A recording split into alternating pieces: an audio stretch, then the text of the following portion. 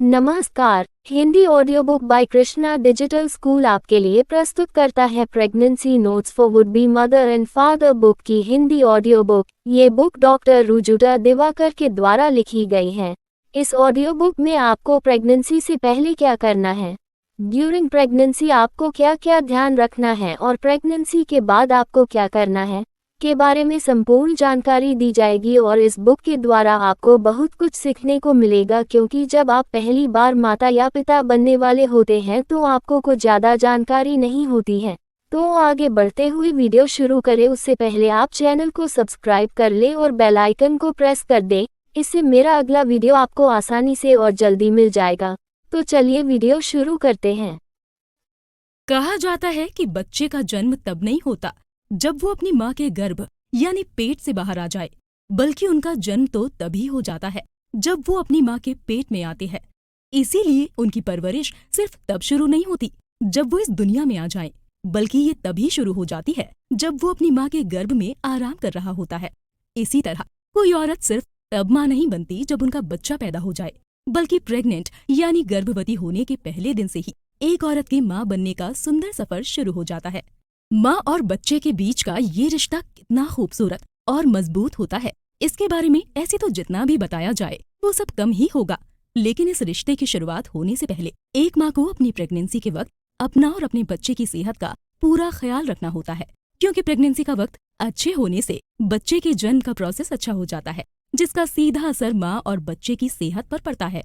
आमतौर पर किसी भी औरत के लिए माँ बनने का ये एक्सपीरियंस बहुत अनोखा होता है। 9 महीने तक औरत अपने गर्भ में बच्चे को पालती है और इस दौरान वो इन 9 महीनों में उस बच्चे के शरीर से तो जुड़ी ही होती है, साथ ही साथ बच्चे के मन से भी जुड़ी होती है। इन 9 महीनों में कोई औरत अपना और अपने बच्चे का जितना ख्याल रखती है, उसका काफी असर बच्चे और उसकी माँ की पूरी जिंदगी पर पड़ता है। लेकिन हर औरत ये नहीं जानती कि प्रेगनेंसी के दौरान उन्हें किन बातों का ध्यान रखना चाहिए, और अगर कोई औरत ये सब जानती भी है तब भी उसकी जानकारी कितनी सही है और कितनी गलत, ये कहना काफी मुश्किल होता है। प्रेगनेंसी के 9 महीने माँ और बच्चे की जिंदगी का इतना जरूरी वक्त होता है कि इसे जरा भी नजरअंदाज नहीं किया जा सकता। ऐसा भी नहीं है कि सिर्फ प्रेगनेंसी के दौरान ही औरतों को अपना और अपने बच्चे का ख्याल रखना होता है। दरअसल प्रेग्नेंट होने से पहले और उसके बाद भी ऐसी बहुत सी बातें हैं जिन पर ध्यान दिए बिना माँ और बच्चे की सेहत पर बुरा असर पड़ सकता है। प्रेगनेंसी से जुड़ी इन्हीं सारी बातों को ध्यान में रखते हुए भारत की top health expert Rujuta Diwakar ने प्रेगनेंसी के पहले, उसके दौरान और प्रेगनेंसी के बाद ध्यान रखने लायक बातों को लिखा और उसे एक किताब की तरह हमारे सामने ले आई। और इसी किताब pregnancy notes before, during and after की समरी रुजुता दिवाकर की लिखी इस किताब में वो प्रेगनेंसी के दौरान पूरे प्रोसेस के दौरान माँ के खान पान यानी उसकी डाइट, उसकी डाइट की रेसिपी, एक्सरसाइज का प्लान और प्रेगनेंसी से जुड़े और भी कई सारे सवालों का जवाब देने की कोशिश करती हैं। इस तरह प्रेगनेंसी की प्लानिंग करने वाली महिला या जो प्रेग्नेंट हो चुकी हो या अभी अभी बच्चे को जन्म दिया हो, उन सब से जुड़ी हर जरूरी बात को इस बुक में बहुत अच्छे से बताया गया है। प्रेगनेंसी की तैयारी। बुक की राइटर रुजुता दिवाकर कहती हैं कि ये बहुत पुरानी बात नहीं है जब नई नई शादीशुदा लड़कियां सिर्फ इसीलिए डॉक्टर के पास जाती थी कि वो ये बात पता कर सके कि ऐसे कौन से तरीके हैं जिनकी मदद से प्रेगनेंसी को रोका जा सकता है। लेकिन आज वक्त बदल चुका है और लड़कियां अब इसीलिए डॉक्टर के पास जाती हैं जिससे ये पता कर सके कि जल्द से जल्द प्रेग्नेंट कैसे हुआ जा सके, जिससे कहीं उनकी उम्र न बीत जाए। बदलते वक्त के साथ आज ज्यादातर लड़कियां यही सोचती हैं कि उनके पास प्रेग्नेंट होने के लिए कोई डेडलाइन है जिसके बीत जाने पर वो कभी बच्चा नहीं पैदा कर पाएंगी। इसीलिए जितना जल्दी हो सके उन्हें बच्चा पैदा कर लेना चाहिए। इसके पीछे वजह ये है कि आज के दौर में ज्यादातर लोग एक लंबी उम्र तो जीते हैं, लेकिन साथ ही साथ उनके शरीर में फैट भी जमा हो जाता है। आज के लोग पहले की तुलना में ज्यादा मोटे हो रहे हैं। अब अगर गांव की महिलाओं की बात ना करें तो शहर में रहने वाली ज्यादातर महिलाएं अपने शरीर का सही ढंग से ध्यान नहीं रख पाती और इसी वजह से कई बार बेवजह ही अपना वजन बढ़ा लेती हैं। फिर ऐसा इसीलिए भी होता है क्योंकि लड़कियों को सही एजुकेशन यानी शिक्षा तो मिल जाती है, लेकिन खेल कूद या एक्सरसाइज जैसी चीजों से वो हमेशा दूर ही रहती हैं। ऐसे में रुजुता का कहना है कि डाइट, एक्सरसाइज, एक्टिविटी और जीने के तरीके में गड़बड़ होने की वजह से आज की महिलाओं के सामने ये चुनौती दिन ब दिन बढ़ती जा रही है। और इसका सबसे बड़ा कारण है कि आज की पीढ़ी की लड़कियां शराब, सिगरेट, चिंता, तनाव और नींद की कमी से जूझ रही हैं।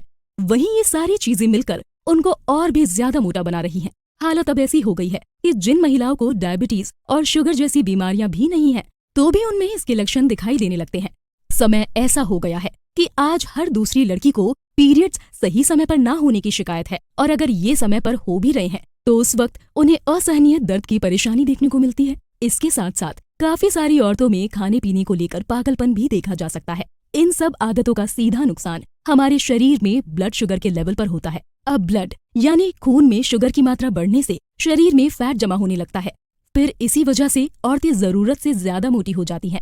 अब ज्यादा वजन और मोटे होने की वजह से प्रेगनेंसी में भी कई सारी दिक्कतें आ सकती हैं। इसीलिए प्रेगनेंसी के लिए तैयार होने से पहले पहली शर्त ये है कि लड़कियां अपने आप को फिट रखें, तो अपना वजन जरूरत से ज्यादा बढ़ने से रोकें और अपने शरीर के ब्लड शुगर लेवल पर काबू करने की कोशिश करें।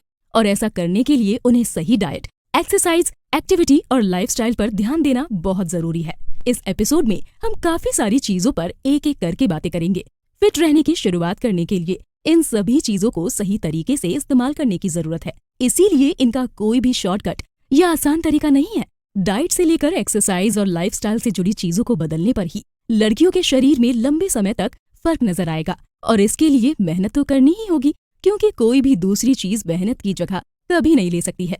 ये प्लान लंबा होने के साथ साथ एक बार शुरू होने के बाद रोका भी नहीं जा सकता, क्योंकि बीच में रोक देने के बाद दोबारा इनमें से किसी भी चीज पर काम करना बहुत मुश्किल हो जाता है। रुजुता के शब्दों में कहें तो ये ठीक ऐसा है जैसे कोई बच्चा पैदा होने के बाद दोबारा गर्भ में नहीं भेजा जा सकता।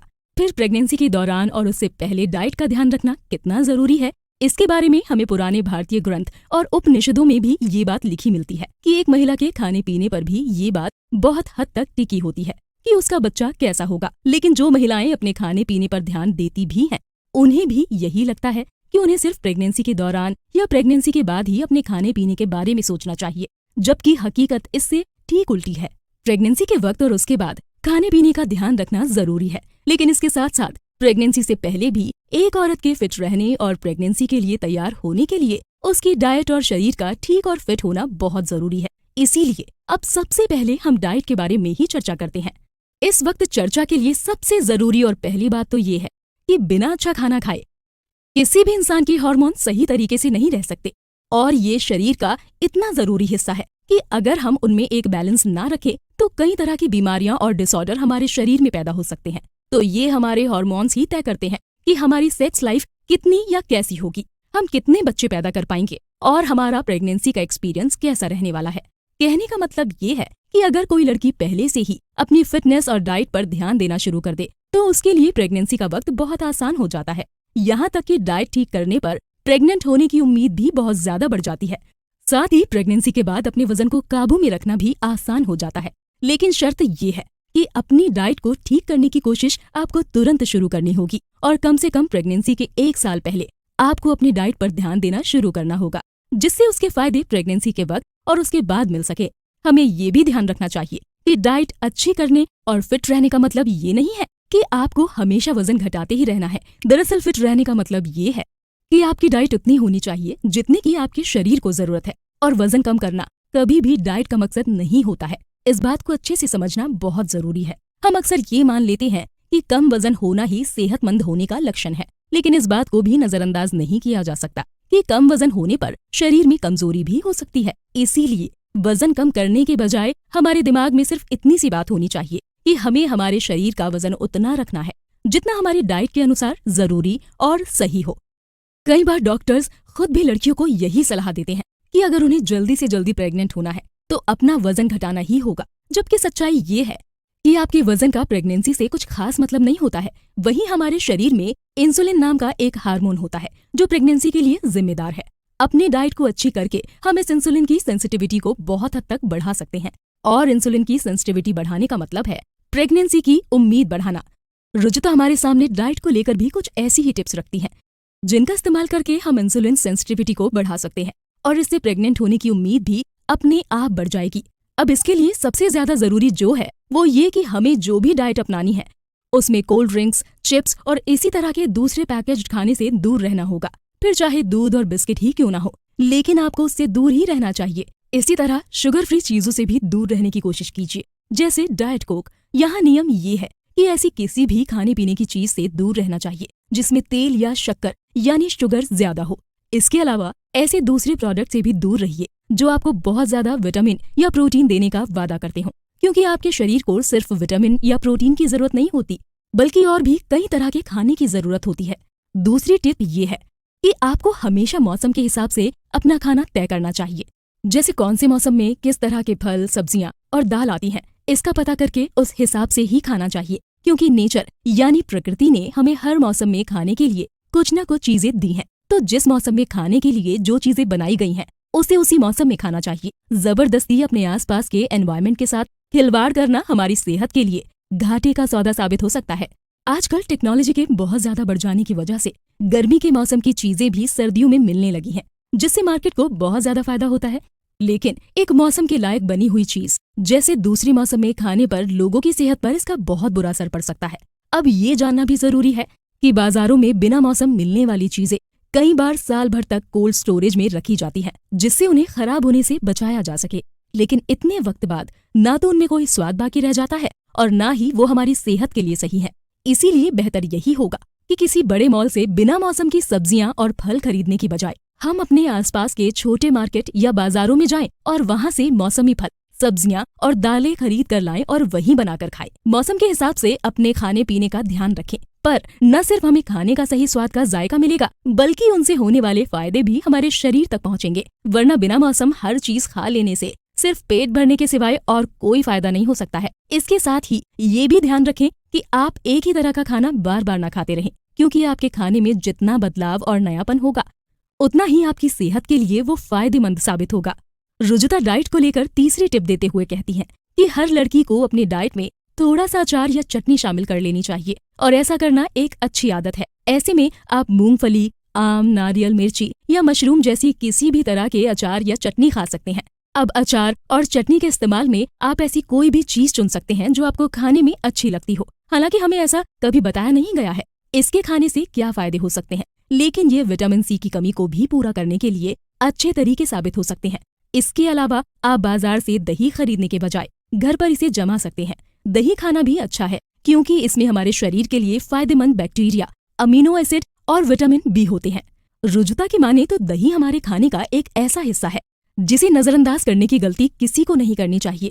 वो दही को मैजिकल फूड कहकर बुलाती हैं, और उनका मानना ये है कि बाजार में मिलने वाला प्रोबायोटिकल योगर्ट घर पर बने हुए दही की बराबरी कभी नहीं कर सकता। दही न सिर्फ शरीर में जरूरी चीजों की कमी को पूरा करता है, बल्कि हमें प्रेगनेंसी के दौरान होने वाली एसिडिटी से भी बचाता है। इसीलिए ऐसी सलाह दी जाती है कि हर रोज अपने खाने में 1 कटोरी दही को शामिल करना बेहद जरूरी है। रुजुता की किताब से अच्छी डाइट के लिए क्या क्या खाना चाहिए, इसके बारे में जानकारी तो आपको मिल ही गई होगी।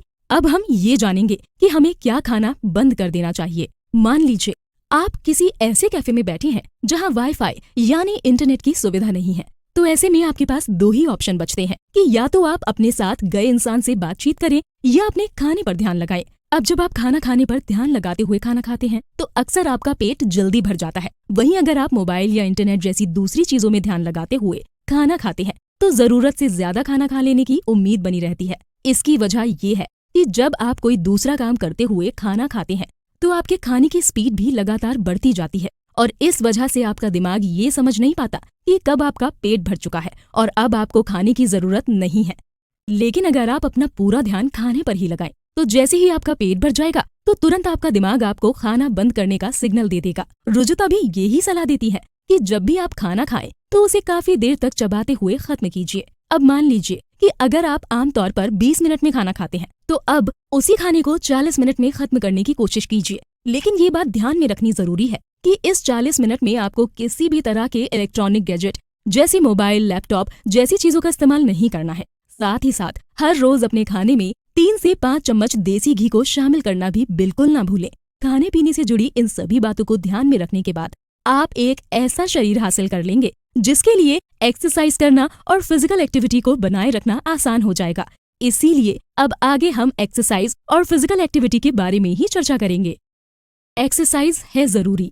सबसे पहले तो हमें ये समझना बहुत जरूरी है कि फिजिकल एक्टिविटी और एक्सरसाइज 2 अलग अलग चीजें हैं, क्योंकि कई बार लोग इन दोनों का एक साथ मिलाकर गलत मतलब निकाल लेते हैं। हालांकि ये दोनों ऐसे जुड़े हैं कि एक्टिविटी के बढ़ने पर एक्सरसाइज करने की संभावना भी बढ़ जाती है और एक्सरसाइज करते रहने पर हमारी एक्टिविटी बढ़ने लगती है। इस पर रुजुता एक ट्रक ड्राइवर का एग्जाम्पल देते हुए बताती हैं कि ट्रक चलाने वाले ड्राइवर कई घंटों तक अपनी सीट पर लगातार बैठे रहते हैं और इसी वजह से उनके शरीर के जेनिटल एरिया यानी प्राइवेट पार्ट में गर्मी बढ़ जाती है, जिसका नतीजा ये होता है कि ज्यादातर ट्रक ड्राइवर्स में बच्चे पैदा करने की शक्ति अपने आप कम हो जाती है। अब जो हालत पहले एक ट्रक ड्राइवर की थी वो ही आज हम सबकी भी हो गई है। अपने लैपटॉप, कंप्यूटर और दूसरे इलेक्ट्रॉनिक गैजेट की वजह से हम लगातार कई घंटों एक ही जगह पर बैठे रहते हैं।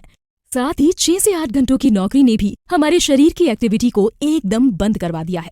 और जब हमारा ज्यादातर काम कुर्सी पर बैठे बैठे होता है और पूरे दिन में हम जरा सा भी चलते फिरते नहीं हैं, तब इसका सीधा असर हमारे बच्चे पैदा करने की शक्ति पर पड़ता है। इससे बचने का सिर्फ यही तरीका है कि हम काम से थोड़ा सा ब्रेक लेकर ज्यादा से ज्यादा चलने फिरने की कोशिश करें। अगर आपकी जॉब दिन भर बैठे रहने की है तो कोशिश करें कि आप बीच बीच में खड़े होते रहें और अपने काम के बीच में ही घर में या ऑफिस में थोड़ा बहुत टहल लें।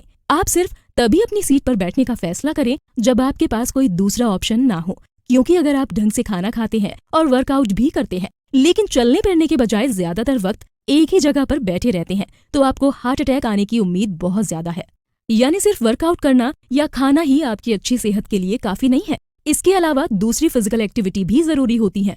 ऐसी भी कुछ रिसर्च है जो यहाँ तक कहती है कि जितना सिगरेट पीने से नुकसान होता है उतना ही एक जगह पर लगातार कई घंटों तक बैठे रहने से भी होता है। रुजुता का ये भी कहना है कि दिन भर में सिर्फ 15 मिनट की एक्टिविटी भी हमारे शरीर को इतना फिट बना सकती है कि हार्ट अटैक आने की उम्मीद बहुत कम हो जाती है। हालांकि 15 मिनट सुनने में काफी कम लगता है, लेकिन असलियत में हम कभी कभी पूरे दिन में 15 मिनट भी फिजिकल एक्टिविटी नहीं कर पाते। वहीं टेक्नोलॉजी और साइंस में हुई तरक्की की वजह से हमारे शरीर को जरूरत से ज्यादा आराम मिलने लगा है। यहाँ जो काम इंसान पहले अपने हाथों से करते थे वहीं उन्हीं कामों को आज मशीनों की मदद से किया जाने लगा है।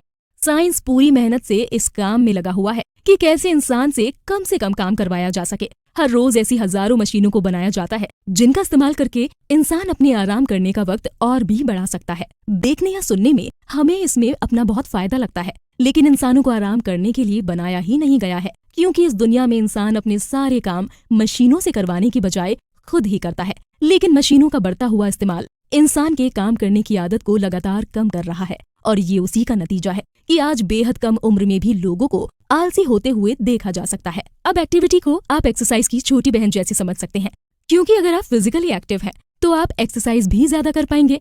वैसे भी किसी एक्टिविटी के लिए आपको कोई खास ट्रेनिंग या फॉर्मल तरीके की जरूरत नहीं होती, बस आपको अपने शरीर को कुछ ना कुछ काम करते रहने देना होता है। वहीं एक्सरसाइज का मतलब है कि आप एक ऐसी फिजिकल एक्टिविटी कर सकते हैं जिसे करने का आपका अपना एक तरीका होगा और उसको करने में मेहनत भी ज्यादा लगती है। इसे ऐसे समझें कि अगर आप पैदल चलकर किसी दुकान तक गए और सामान खरीद कर लाए तो ये एक फिजिकल एक्टिविटी है, लेकिन अगर आप दुकान तक का रास्ता दौड़कर तय करते हैं और ऐसा दिन में 5 बार करें तो ये एक तरह की एक्सरसाइज बन जाती है। उम्मीद है आपको एक्सरसाइज और एक्टिविटी के बीच का फर्क समझ आ गया होगा।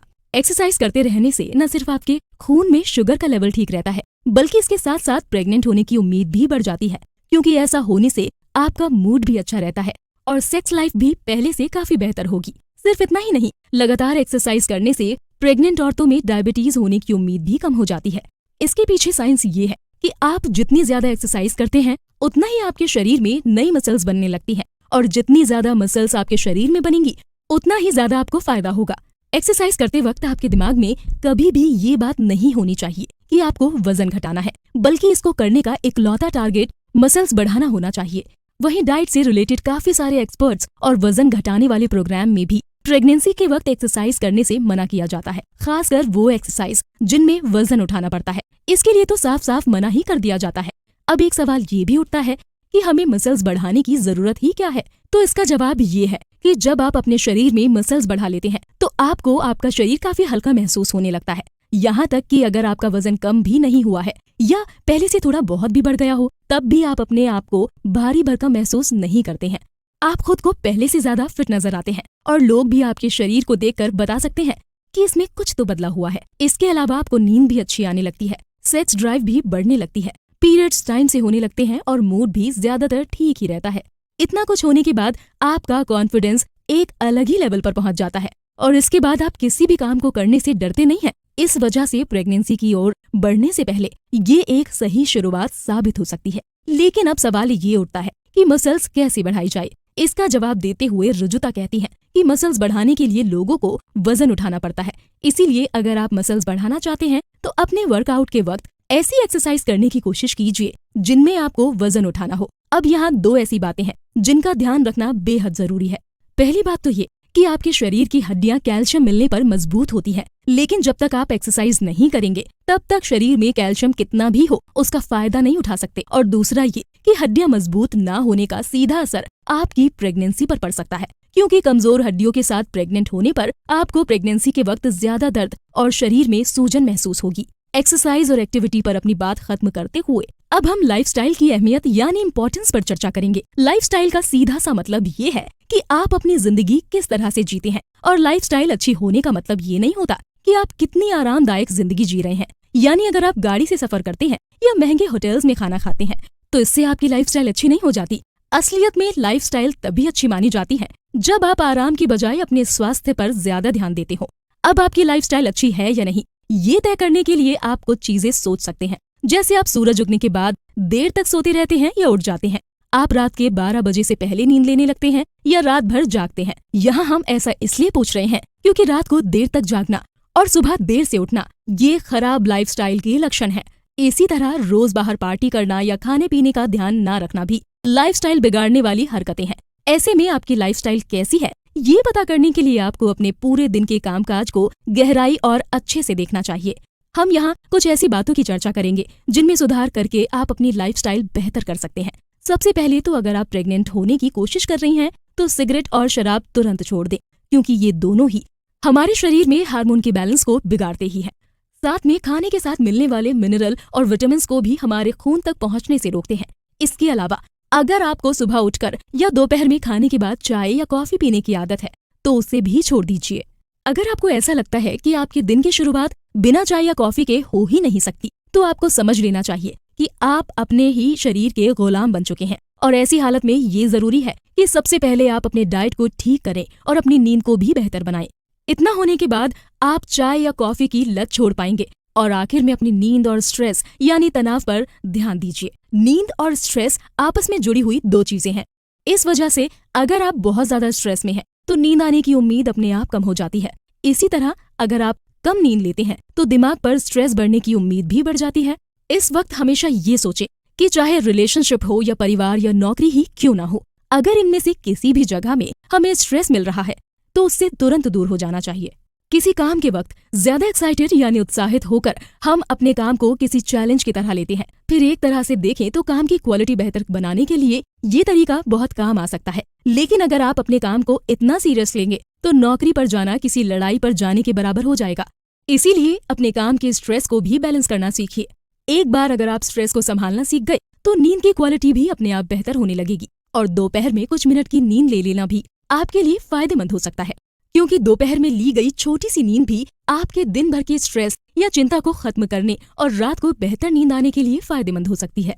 लेकिन ध्यान रहे कि दोपहर की ये नींद ज्यादा से ज्यादा 20 मिनट की ही होनी चाहिए, वरना उसका कोई भी फायदा नहीं रह जाता। इन सब के अलावा आज बढ़ते हुए ट्रैफिक और बड़ी बड़ी फैक्ट्रियों की वजह से शहरों में लगातार पॉल्यूशन बढ़ता जा रहा है। भारत में भी दिल्ली जैसे शहर तो पॉल्यूशन की वजह से रहने लायक ही नहीं बचे हैं। पूरे शहर में होने वाले पॉल्यूशन पर तो हमारा कोई कंट्रोल नहीं है, लेकिन सिगरेट पीना छोड़कर हम पॉल्यूशन कम करने में अपना कंट्रीब्यूशन या हिस्सेदारी तो दे ही सकते हैं। साथ ही जब भी आप प्रेग्नेंट होने की तैयारी में हो तो कोशिश कीजिए कि किसी ऐसी जगह पर जाकर रहें जहां पॉल्यूशन ज्यादा ना हो, क्योंकि काफी सारी रिसर्च में ऐसा पाया गया है कि जिन जगहों पर पॉल्यूशन ज्यादा होता है वहां लोगों की सेक्स ड्राइव भी कम हो जाती है और प्रेग्नेंट होने की उम्मीद भी। और अब हम प्रेगनेंसी के समय खाने पीने से जुड़े नियमों को समझने की कोशिश करेंगे। रुजुता बताती है कि लड़की या औरत चाहे किसी भी उम्र में प्रेग्नेंट हो, लेकिन उसके प्रेग्नेंट होने की तैयारी 13 साल की उम्र से ही शुरू हो जाती है, क्योंकि उस उम्र के बाद लड़कियों के शरीर में तरह तरह के बदलाव आने लगते हैं और उनकी बॉडी प्रेगनेंसी के लिए अपने आप को तैयार करने लगती है। रुजुता का कहना है कि शरीर में कम उम्र में ही आने वाले इन बदलावों की वजह से ही उपनिषद जैसे हमारे पुराने शास्त्र बच्चों के खाने पीने को लेकर बहुत सारी बातें कहते हैं। वो उपनिषद का उदाहरण देते हुए कहती हैं कि उस ग्रंथ में एक पिता और बेटे के बीच की बातचीत को दिखाया गया है, जिसमें पिता अपने बेटे को ये समझाते हैं कि उसे इस उम्र में कैसा और क्या खाना चाहिए, साथ ही अलग अलग तरह के खाने का शरीर पर क्या असर पड़ता है। यहीं से सीख लेकर रुजुता उपनिषद के नॉलेज और मॉडर्न साइंस को मिलाकर प्रेगनेंसी के वक्त खाने पीने के कुछ आम नियम हमारे सामने रखती हैं। इन नियमों को मानकर न सिर्फ एक स्वस्थ प्रेगनेंसी पाई जा सकती है, बल्कि इसके बाद भी अपने वजन को बढ़ने से बहुत आसानी से रोका जा सकता है। अब अगर इन नियमों पर ध्यान दिया जाए और इन्हें ठीक से इस्तेमाल किया जाए तो प्रेगनेंसी के बाद भी आप अपने पुराने शरीर और वजन को हासिल कर सकते हैं। प्रेगनेंसी फूड से जुड़े नियमों को समझने के लिए हमें पहले ये जानना जरूरी है कि प्रेगनेंसी के वक्त अपने वजन को 15 किलो से ज्यादा ना बढ़ने दें। कोशिश करें कि इस बीच आपका बढ़ा हुआ वजन 6 से 15 किलो के बीच में ही रहे, ना तो इससे ज्यादा और ना ही इससे कम। शराब और सिगरेट जैसी चीजों से दूर रहकर अपने शरीर का हार्मोन बैलेंस भी बनाए रखें, जिससे प्रेगनेंसी के बाद दोबारा फिट होने में आपको ज्यादा तकलीफ ना हो। प्रेगनेंसी के बाद 6 से 8 महीने के बीच दोबारा अपने पुराने वजन में लौटने की कोशिश करें। और इसके साथ ही ये नियम भी जरूरी है कि आप मेंटली और फिजिकली अपने आप को इस बात के लिए तैयार करने की कोशिश करें कि अब आप पर एक बच्चे की जिम्मेदारी भी है, जिसे आपको एक अच्छी परवरिश देनी है।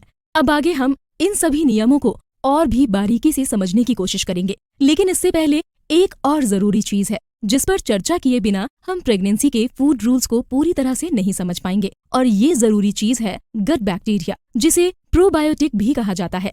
रुजुता का कहना है कि हमारे देश में हमेशा से प्रेग्नेंट औरतों को दाल, चावल, घी, कच्चा तेल, चटनी, लौकी, करेला और कद्दू खाने के लिए कहा जाता है। वहीं आज साइंस का कहना है कि ये सारी चीजें प्रोबायोटिक फूड है। ये हमारे शरीर में गट बैक्टीरिया यानी प्रोबायोटिक्स को बढ़ाने में मदद करते हैं। इसके अलावा हमारे शरीर की अच्छी सेहत के लिए भी काफी अहम बैक्टीरिया होते हैं। ऐसा भी देखा गया है कि प्रेगनेंसी के वक्त अलग अलग दवाइयों की वजह से अक्सर औरतों के पेट में दिक्कत रहती है। कभी उन्हें खाना नहीं पचता और कभी इन्फेक्शन होने का भी खतरा रहता है। हालांकि शरीर में प्रोबायोटिक्स होने से इन खतरों से बचा जा सकता है। अब वापस प्रेगनेंसी फूड रूल्स की तरफ लौटते हैं तो नियम ये है कि प्रेगनेंसी के वक्त आपको ऐसा खाना खाना है जिसे बनाना आसान हो और खाने के बाद जो आसानी से पचाया भी जा सके। साथ ही हमारा खाना कैसा होना चाहिए और पानी की मात्रा ज्यादा हो, जिसे खाने के बाद एसिडिटी और पेट से जुड़ी दूसरी परेशानी ना हो, इसका भी ख्याल रखें। वहीं ये भी ध्यान में रखना चाहिए कि जो खाना हम खा रहे हैं उनमें आयरन और कैल्शियम की मात्रा भी भरपूर हो। अब जैसा कि हमने जाना कि प्रेगनेंसी के वक्त खाने पीने के नियमों में सबसे पहली बात आती है ऐसे खाने की जिसे आसानी से पकाया और पचाया जा सके। तो हम जो भी खाना खाते हैं उसके पीछे हमारा मकसद ये होता है कि खाने में कार्बोहाइड्रेट्स, प्रोटीन, विटामिन और सभी जरूरी न्यूट्रिएंट्स हमारे शरीर को मिल सकें। प्रेगनेंसी के समय हमारे शरीर की खाना पचाने की शक्ति कमजोर हो जाती है, इसीलिए खाने को अच्छी तरह पकाना जरूरी है, क्योंकि अच्छी तरह से पकाया हुआ खाना पेट में जाने के बाद आसानी से पचाया जा सकता है। कुकिंग यानी खाना बनाने जैसी चीजें सुनने में जितनी आसान लगती हैं उतनी होती नहीं है, क्योंकि खाना बना रहे इंसान को इसमें पूरा ध्यान लगाना होता है। जैसे कि किसी पेंटिंग को बनाने में कितने ध्यान और फोकस की जरूरत होती है, वैसे ही कुकिंग में भी होती है। यहाँ तक कि इंसान ने खाना बनाना पहले सीखा और पेंटिंग करना बाद में। इसे इस तरह से भी कह सकते हैं कि कुकिंग करना एक ऐसा आर्ट है जो इंसान ने इस दुनिया में सबसे पहले सीखा।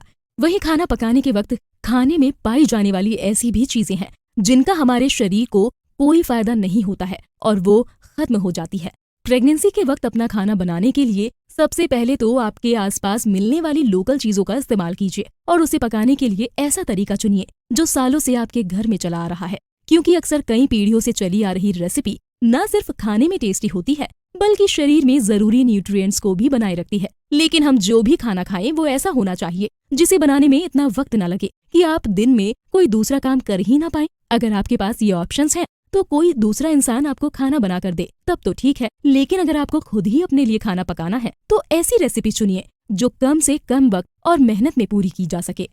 खाने से जुड़ा हुआ दूसरा नियम ये है कि आप ऐसा खाना पकाएं जिनमें पानी की मात्रा थोड़ी ज्यादा हो, जिससे आपके पेट को उसे पचाने में दिक्कत ना हो और ना ही पेट से जुड़ी दूसरी दिक्कतें पैदा हो। ये भी जरूरी है कि आपके शरीर में पानी की मात्रा बराबर बनी रहे, क्योंकि शरीर में जरूरत से कम पानी होने पर चक्कर आना और कमजोरी महसूस होने जैसी दिक्कतें हो सकती हैं। अब आम दिनों में तो आप ऐसी हालत झेल सकते हैं, लेकिन प्रेगनेंसी के वक्त अगर आपको कमजोरी हो गई तो इसका बुरा असर न सिर्फ आपकी सेहत पर पड़ेगा बल्कि आपके बच्चे की सेहत पर भी इसका असर होगा। वहीं खाने में पानी ज्यादा होने पर आपके शरीर में खून की मात्रा भी बढ़ने लगती है और इससे फायदा ये होगा कि आपको प्यास भी ज्यादा लगेगी और शरीर से टाइम पर यूरिन यानी पेशाब भी निकलता रहेगा। इसमें हमारी किडनी का एक बहुत बड़ा रोल होता है। प्रेगनेंसी के वक्त शरीर में किडनी की अहमियत और भी बढ़ जाती है, क्योंकि एक स्वस्थ किडनी के बिना प्रेगनेंसी का सही तरीके से होना मुमकिन ही नहीं है। हालांकि अपनी किडनी की अच्छी सेहत के लिए हमें कुछ ऐसा नहीं करना होता, बस सही ढंग का खाना खाना होता है। वहीं अगर खाने पीने का सही तरीके से ध्यान रखा जाए तो हमारी किडनी हमारे ब्लड प्रेशर और एसिडिटी को कंट्रोल में रखती है।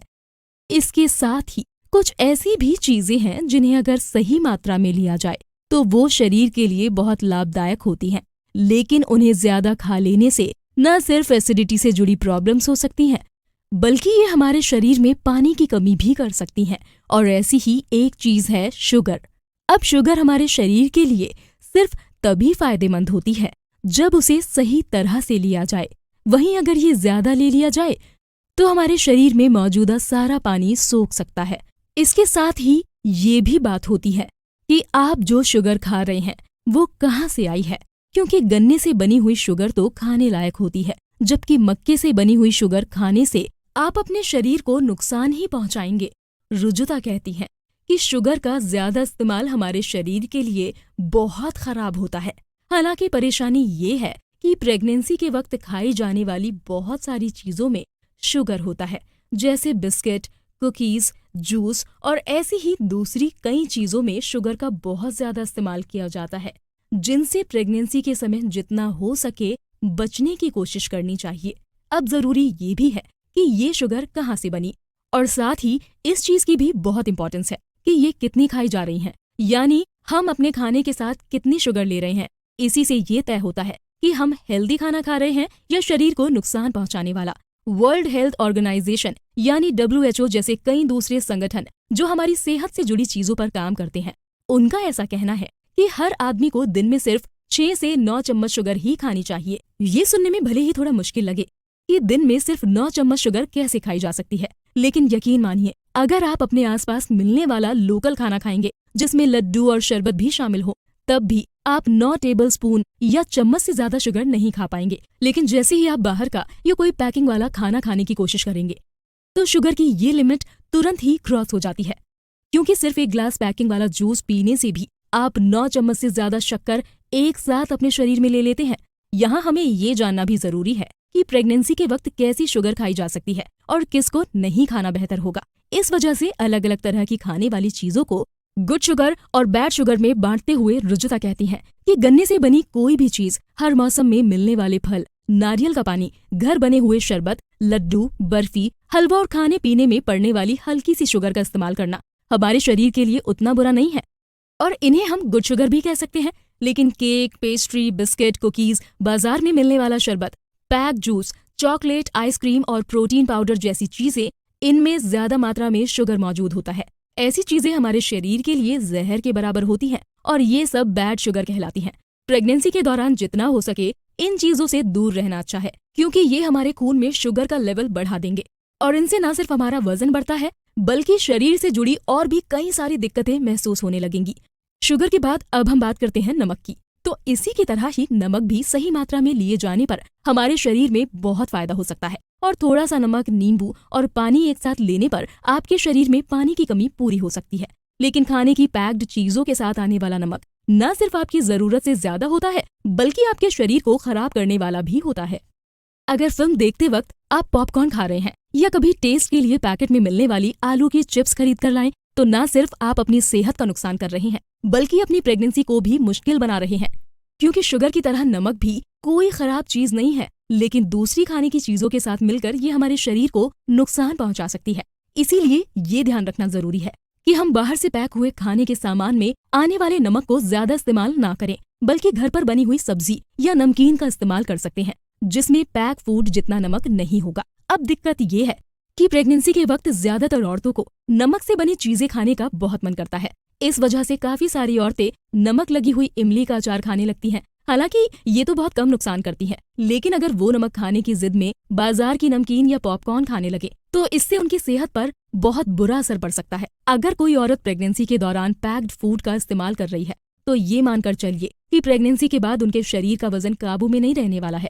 दूसरी ओर अचार, पापड़, शरबत, काला नमक, आंवला और करवंद जैसी खाने की चीजों में पाया जाने वाला नमक आपकी सेहत के लिए फायदेमंद होता है। इसके साथ ही रोज घर पर खाने में इस्तेमाल होने वाला हल्का सा नमक या नहाने के पानी में डाला जाने वाला नमक भी आपको नुकसान के बजाय फायदा पहुंचाता है। यहाँ तक कि कभी कभार अगर घर पर आप पकौड़े भी बना लें तब भी उसमें इस्तेमाल होने वाला नमक आपके शरीर को उतना नुकसान नहीं पहुंचाएगा लेकिन वहीं बाहर बाजार से आने वाले बिस्किट, चिप्स, नमकीन, मक्खन, समोसा, पिज्जा, पॉपकॉर्न, बर्गर जैसी चीजें आपके शरीर को बेहद नुकसान पहुंचा सकती है। इस वजह से प्रेगनेंसी के वक्त शुगर के साथ साथ नमक को लेकर भी ज्यादा सावधानी बरतें।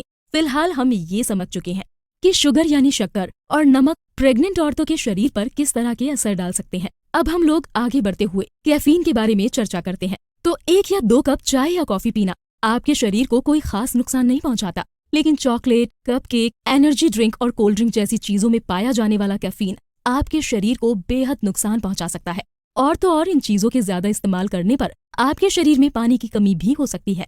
इसीलिए इनसे बचने के लिए सबसे पहले आपको सुबह की शुरुआत चाय या कॉफी से करनी छोड़नी होगी। इसके बजाय कोशिश कीजिए कि आप अपनी सुबह की शुरुआत फल या ड्राई फ्रूट्स यानी मेवे से करें। इसी तरह खाने के समय भी चाय या कॉफी बिल्कुल ना पिएं। इसी तरह लंबी मीटिंग्स या दिन में कहीं बाहर जाते वक्त चाय या कॉफी से दूरी बनाकर रखें। और साथ ही साथ ये भी ध्यान रखें कि देर रात को चाय या कॉफी आपको बिल्कुल नहीं पीनी है।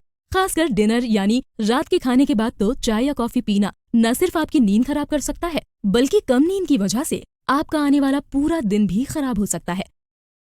प्रेगनेंसी के फूड रूल्स का तीसरा नियम ये है कि हमें ऐसा खाना खाना चाहिए जिससे से ज्यादा अमीनो एसिड मिल सके, जो हमें मिलता है प्रोटीन से। और प्रेगनेंसी के वक्त हमारे शरीर को प्रोटीन की भी जरूरत पड़ती है, लेकिन हमारी बॉडी की प्रोटीन की जरूरत सिर्फ तभी पूरी हो सकती है जब प्रोटीन में आसानी से पचने वाले अमीनो एसिड्स भी मिले हों। ऐसे में जब भी कोई लड़की प्रेग्नेंट होती है तो डॉक्टर उसे सबसे पहले यही सलाह देते हैं कि उसे अब अपने खाने में प्रोटीन की मात्रा बढ़ा लेनी चाहिए। लेकिन काफी बार ये समझ में नहीं आता कि प्रोटीन बढ़ाने के लिए उसे कौन सी चीजें खानी होंगी। अब शाकाहारी यानी वेजिटेरियन लोगों को ऐसा लगता है कि प्रोटीन के लिए शायद उन्हें अब अंडे खाना शुरू करना होगा, और कुछ लड़कियां तो बाजार में मिलने वाला प्रोटीन पाउडर भी इस्तेमाल करने लग जाती हैं। लेकिन इसका सही तरीका ये है कि आप डॉक्टर से सिर्फ ये ना पूछें कि आपको प्रोटीन लेने की जरूरत है या नहीं, बल्कि उनसे पूछें कि प्रोटीन किन चीजों से मिलता है। आमतौर पर हमारे शरीर को बहुत ज्यादा प्रोटीन की जरूरत नहीं होती है, लेकिन अब अगर आप ज्यादा काम करते हो, जिम जाते हो या फिर प्रेग्नेंट हो, तब आपके शरीर में मौजूदा प्रोटीन तेजी से कम होने लगता है और आपको ज्यादा से ज्यादा प्रोटीन की जरूरत महसूस होती है।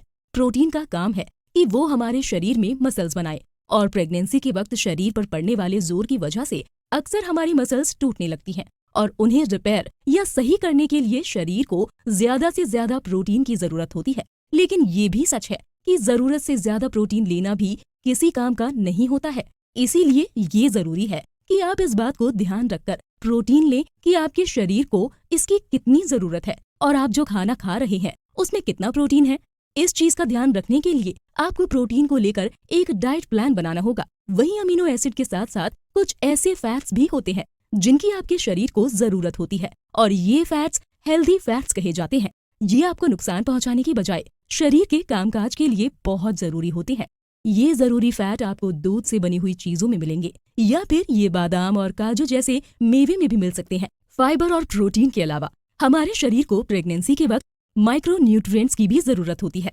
ये माइक्रो न्यूट्रिएंट्स कैल्शियम और आयरन के ही भाग होते हैं। भारत में कई जगहों पर ऐसा खाना मिलता है जहां इनकी मात्रा बहुत ज्यादा होती है। हालांकि इनकी कमी पूरी होने पर हमारे शरीर में एक अलग ही एनर्जी सेल बनाई जा सकती है, और इसके लिए आपको बाहर बाजार से कोई खाना खरीदने की जरूरत नहीं है, बल्कि भारत के ही सारे गांवों में मिलने वाला खाना, जिसका शायद हिंदी या अंग्रेजी में कोई नाम भी ना हो, उनमें भी ये आसानी से मिल जाएंगे। अब चाहे हिमालय में मिलने वाले नवरंगी दाल हो, केरल का जैक फ्रूट जैम, या फिर असम, मेघालय, मणिपुर, त्रिपुरा और नागालैंड जैसे नॉर्थ ईस्ट के राज्यों में मिलने वाला चेरी का अचार, भारत के वेस्टर्न कोस्ट यानी महाराष्ट्र, गोवा और केरल में मिलने वाले काजू में भी भरपूर मात्रा में माइक्रो न्यूट्रिएंट्स पाए जाते हैं, और ये आपके शरीर में एसिडिटी के स्तर को नीचे रखते हैं और ब्लड शुगर को भी बढ़ने नहीं देते।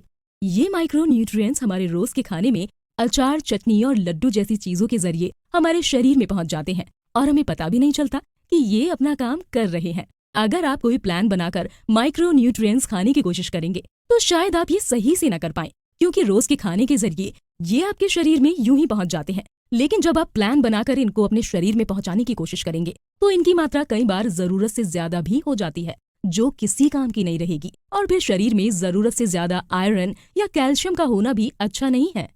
कई बार ऐसा भी होता है कि आप ज्यादा माइक्रो न्यूट्रिएंट्स लेने के चक्कर में सिर्फ दवाइयां खाते रह जाते हैं और अपने घर पर बनी चीजों को नजरअंदाज करते हैं, जबकि जो चीज आप महंगी दवा खाकर करते हैं वही घर पर मिलने वाली चीजों में भी होती है।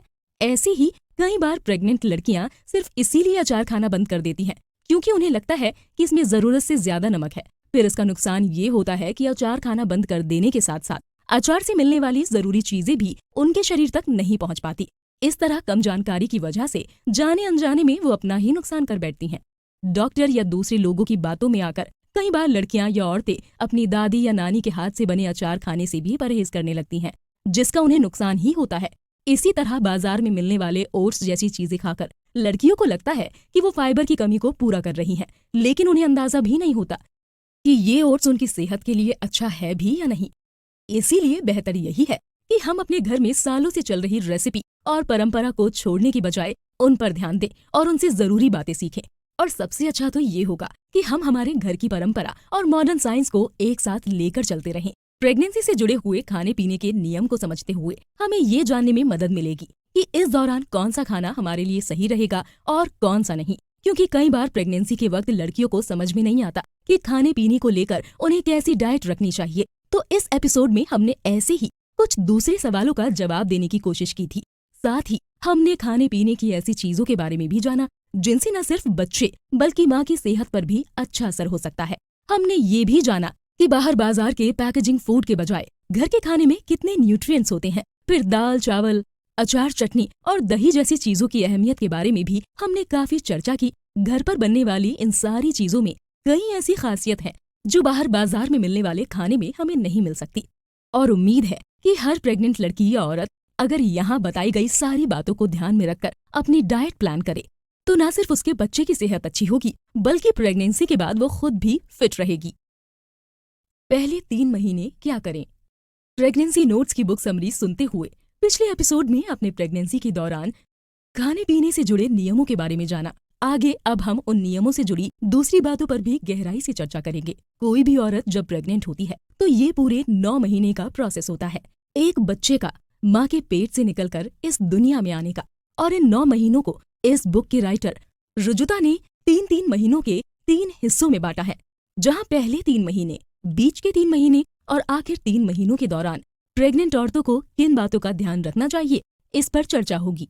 इस एपिसोड में हम पहले 3 महीनों के दौरान एक औरत के मन में उठने वाले प्रेगनेंसी से जुड़े सवालों का जवाब देने की कोशिश करेंगे। इसके साथ ही इन 3 महीनों के लिए प्रेग्नेंट औरतों के लिए सबसे अच्छा खान पान, डाइट प्लान, उनकी सेहत से जुड़ी कुछ जरूरी बात और खाने की रेसिपी के बारे में बात करेंगे। लेकिन सबसे पहले हम प्रेगनेंसी के पहले 3 महीनों से जुड़े कुछ सवालों के जवाब देने की कोशिश करते हैं। अब एक सवाल जो अक्सर औरतों के मन में आता है कि क्या वो शुरुआती प्रेगनेंसी के दिनों में रिक्शा से सफर कर सकती हैं? तो इसका जवाब देते हुए रुजुता कहती हैं कि शुरुआती दिनों में रिक्शा या किसी दूसरे तरीके से सफर करने में कोई नुकसान नहीं है, क्योंकि तब तक आपके शरीर में ज्यादातर सिर्फ हार्मोन्स में बदलाव आ रहा होगा और तब आपका शरीर इतना ज्यादा नहीं बदलता। लेकिन अगर डॉक्टर ने किसी को शुरू में ही घर पर आराम करने के लिए कहा है तो उन्हें रिक्शा में बैठने से भी परहेज करना चाहिए। बाकी किसी औरत को कहीं भी आने जाने में घबराने की जरूरत नहीं है।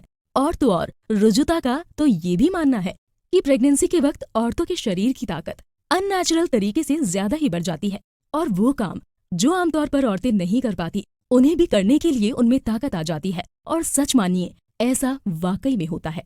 ऐसे ही 1980 के दशक में एक बार अमेरिका में ओलंपिक खेल होने वाले थे, तो वहाँ की ओलंपिक कमेटी ने एक फैसला लिया कि प्रेग्नेंट औरतें ओलंपिक खेलने नहीं जाएंगी, क्योंकि उस वक्त कई महिला खिलाड़ी ओलंपिक से ठीक पहले जानबूझकर प्रेग्नेंट हो जाती थी, जिससे वो अपने गेम में ज्यादा ताकत लगा सकें।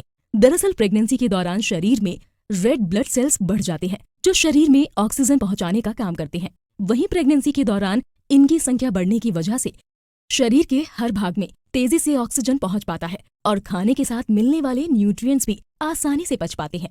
तो इस तरह हमने ये जाना कि प्रेगनेंसी के वक्त औरतों के शरीर की ताकत कम होने की बजाय बढ़ जाती है और इसीलिए किसी भी औरत को ये सोचकर परेशान होने की जरूरत नहीं है कि प्रेगनेंसी के वक्त उसके शरीर में कमजोरी आ जाएगी और वो ठीक से काम नहीं कर पाएंगी, क्योंकि हमारे आसपास का एनवायरनमेंट अपने ढंग से सब चीजों को संभाल कर चलता है। हमारे शरीर को ये सबसे अच्छे से मालूम है कि प्रेगनेंसी के वक्त उसे ज्यादा ताकत की जरूरत है, इसीलिए वो खुद ही इसका इंतजाम भी कर लेता है। तो किसी औरत को कोई भी काम करने से पहले डरने की जरूरत नहीं है, दूसरा सवाल जो लड़कियां अक्सर पूछती हैं वो ये कि क्या प्रेगनेंसी के वक्त उन्हें एक्सरसाइज करनी चाहिए, या अगर करती हो तो क्या फिर उसे बंद कर देना चाहिए। अब इसका सही जवाब ये है कि प्रेगनेंसी के वक्त किसी और को ना तो एक्सरसाइज शुरू करने की जरूरत है और ना ही इसे बंद करने की। इसके बजाय प्रेगनेंसी से पहले आप जैसी जिंदगी जी रही थी उसे वैसे ही रखें। और अगर बात सिर्फ एक्सरसाइज की है तो हमेशा एक बात ध्यान रखें कि एक्सरसाइज तभी करें जब आपका शरीर आपको इजाजत दे। साथ ही जब शरीर ये इशारा करे कि अब आपको रुक जाना चाहिए तो उसे वहीं तुरंत बंद भी कर देना चाहिए। अगर आप पिछले 10-15 सालों से लगातार वर्कआउट और एक्सरसाइज कर रही हैं तो प्रेगनेंसी के दौरान भी ऐसा करने से आपकी ताकत पर कोई असर नहीं पड़ेगा। उल्टा आप ये महसूस करेंगे कि प्रेगनेंसी के बाद आपके शरीर की स्ट्रेंथ यानी ताकत और भी ज्यादा बढ़ गई है। इसके अलावा ऐसा करने से आपके शरीर की फ्लेक्सिबिलिटी भी बढ़ेगी और आपके वर्कआउट करने का स्टैमिना भी पहले से ज्यादा बढ़ सकता है। इस तरह अगर आप बहुत समय से वर्कआउट कर रहे हैं तो प्रेगनेंसी के दौरान आपके लिए वर्कआउट करना और भी ज्यादा मजेदार बन जाएगा। अब अगर प्रेगनेंसी से पहले आप रोज दौड़ लगाते थे तो अब इसे बंद मत कीजिए और दौड़ते रहिए। या पहले अगर आप जिम जाते थे तो अब भी ऐसा ही कीजिए, क्योंकि इससे आपके बच्चे की सेहत पर कोई गलत असर नहीं पड़ेगा और ना ही आप कमजोरी महसूस करेंगी। उल्टा ऐसे में तो बच्चा और भी खुशकिस्मत है जिसकी माँ प्रेगनेंसी के साथ साथ ही वर्कआउट करके अपने आप को और अपने बच्चे को फिट रखती है। लेकिन अगर आपने अभी अभी एक्सरसाइज करना शुरू किया है या आपने वजन घटाने के लिए और डॉक्टर के कहने पर वर्कआउट शुरू किया है तो प्रेगनेंसी के दौरान आपको बहुत ज्यादा सावधानी रखने की जरूरत है। बात वर्कआउट की करें तो अगर आप हफ्ते में 2 या 3 दिन ही ऐसा कर पाते हैं तो इसे यहीं तक रखें और कोशिश करें कि ये इतना ही रहे, क्योंकि ज्यादा भारी वजन उठाने से बेहतर है कि आप ऐसी एक्सरसाइज करें जिनमें शरीर पर ज्यादा जोर ना पड़े। ऐसे में साइकिलिंग और स्विमिंग जैसी एक्सरसाइजेस आपके लिए बेहतर हो सकती हैं। साथ ही साथ पैदल चलने, भागने या मशीन से वजन उठाने जैसी एक्सरसाइज से कोशिश करें कि आप दूर ही रहिए और एक्सरसाइज करते वक्त बीच बीच में पानी पीते रहें, जिससे आपके शरीर में पानी की कमी ना हो। और इसके बाद एक केला खाने की भी आदत डालें। ऐसा करना जरूरी है कि एक्सरसाइज के तुरंत बाद आप अपनी बॉडी को फिर से काम करने के लिए जरूरी ताकत दें। वहीं अगर आपने पहले कभी भी एक्सरसाइज नहीं की है तो प्रेगनेंसी के वक्त भी ऐसी कोई कोशिश ना करें।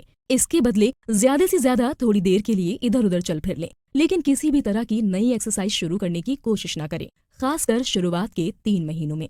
प्रेगनेंसी के दौरान अक्सर लड़कियां या औरतें सुबह उठने के बाद ऐसा महसूस करती हैं जैसे वो बीमार हों, जिसे मॉर्निंग सिकनेस भी कहते हैं, जबकि असलियत में उनके शरीर में कोई भी दिक्कत नहीं होती। लेकिन जब शरीर में कोई दिक्कत नहीं है तो लड़कियों को ऐसा क्यों लगता है कि उन्हें कुछ तकलीफ है? ये सवाल भी कई प्रेग्नेंट लड़कियों के मन में उठता है।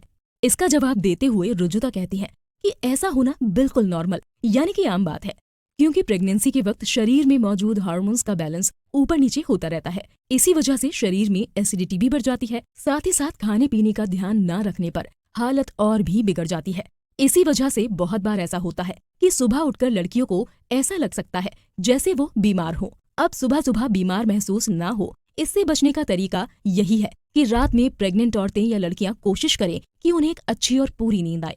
इसके लिए रात में सोने से 1 घंटा पहले अपने मोबाइल या कंप्यूटर से दूर हो जाएं और दोपहर में खाने के बाद 15 से 20 मिनट के लिए सोने की कोशिश करें। और आखिर में सबसे जरूरी बात ये है कि बाहर बाजार में मिलने वाला पैक्ड फूड खाने से बचें, क्योंकि हार्मोन बैलेंस बिगड़ने से शरीर में ऐसी ही एसिडिटी बढ़ जाती है और फिर बाजार के चिप्स और नमकीन खाने से एसिडिटी की हालत और भी बिगड़ सकती है। इन बातों का ध्यान रखकर सुबह सुबह होने वाली इस दिक्कत से बचा जा सकता है।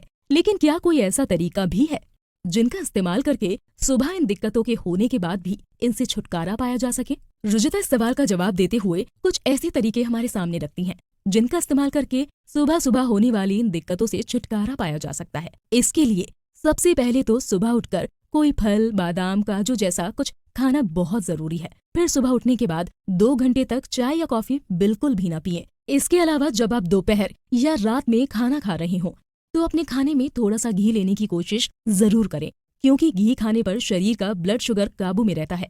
और दोपहर में 1 ग्लास कोकम शरबत भी पी सकते हैं और उसमें हल्का सा काला नमक डालने पर वो और भी ज्यादा बेहतर हो जाएगा। प्रेगनेंसी के वक्त हल्के गुनगुने पानी से नहाने की कोशिश करें। इससे आपकी बॉडी और दिमाग दोनों रिलैक्स या शांत होते हैं। और आखिर में नहाने के तुरंत बाद हल्का सा नारियल का तेल या घी लेकर अपनी उंगलियों की मदद से कानों के अंदर मसाज करें। ये सारे तरीके आजमा कर प्रेग्नेंट औरतें सुबह सुबह लगने वाली बीमारी जैसी फीलिंग से बच सकती हैं। बीच के 3 महीनों का प्लान। प्रेगनेंसी के चौथे, 5वें और 6ठे महीने में औरतों के मन में जो सवाल आते हैं, उनके जवाब हम इस एपिसोड में देने की कोशिश करेंगे। शुरुआत के 3 महीनों के बाद कई औरतों के मन में ये सवाल आता है कि क्या अब वो वर्कआउट कर सकती हैं। इस पर रुजुता का कहना है कि इन 3 महीनों के दौरान एक्सरसाइज करना सही है। वो ये सलाह भी देती हैं कि इन 3 महीनों के दौरान प्रेग्नेंट औरतों को वर्कआउट करना ही चाहिए।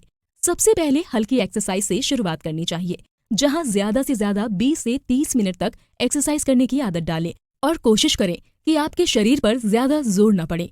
और भी बेहतर ये होगा कि आप किसी एक्सपर्ट या ट्रेनर की निगरानी में एक्सरसाइज की शुरुआत करें। वही एक्सरसाइज ना करना या एक ही जगह पर बैठे रहना और भी ज्यादा बुरा है, क्योंकि अगर आप पूरे दिन बिस्तर पर सोए रहेंगे तो न सिर्फ आपकी सेहत खराब होगी, बल्कि बच्चे की सेहत पर भी गलत असर पड़ेगा। दिन भर एक जगह पर पड़े रहने से आपके शरीर में हार्मोन्स के बैलेंस बिगड़ने की उम्मीद बढ़ जाती है और पेट से जुड़ी कुछ दूसरी दिक्कतें भी हो सकती हैं। यहाँ तक कि अगर प्रेगनेंसी के वक्त बिल्कुल भी काम नहीं करते तो उसके बाद आपको थायराइड जैसी बीमारियां होने की उम्मीद भी रहती है। वहीं एक्सरसाइज करने से शरीर में खून सही ढंग से हर हिस्से तक पहुंचता है और खाना भी सही ढंग से पचता है। इसीलिए प्रेगनेंसी के वक्त वर्कआउट कीजिए या एक जगह से दूसरी जगह पर चलते फिरते रहिए। और ये भी याद रखिए कि प्रेग्नेंट होने का मतलब ये नहीं है कि आप बीमार हैं और कोई काम नहीं कर सकते हैं। लेकिन तब क्या होगा जब डॉक्टर ही किसी महिला को आराम करने के लिए कह दे। ऐसे में सबसे पहले आप अपने डॉक्टर से बात कीजिए और ये पता लगाइए कि क्या सच में आपको बिस्तर पर आराम करने की जरूरत है या सिर्फ इसीलिए डॉक्टर ने ये सलाह दी है क्योंकि आपकी फैमिली आपको लेकर कुछ ज्यादा ही परेशान रहती है।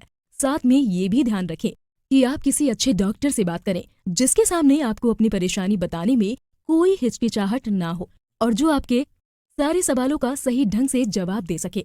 अगर आपका डॉक्टर आपकी बातें सुने बिना सिर्फ सलाह देना ही जानता है तो ऐसे डॉक्टर से तुरंत छुटकारा पाइए और कोई नया डॉक्टर ढूंढे जो सलाह देने से पहले आपकी बात और आपकी दिक्कत को सही तरीके से समझे। आखिर में जिस चीज की आपको सबसे ज्यादा जरूरत है वो है अपने स्ट्रेस को कम करना, क्योंकि ये बात सच है कि अगर आप बिस्तर पर दिन भर आराम करते रहेंगे तो आपके शरीर में दिक्कत ही होगी।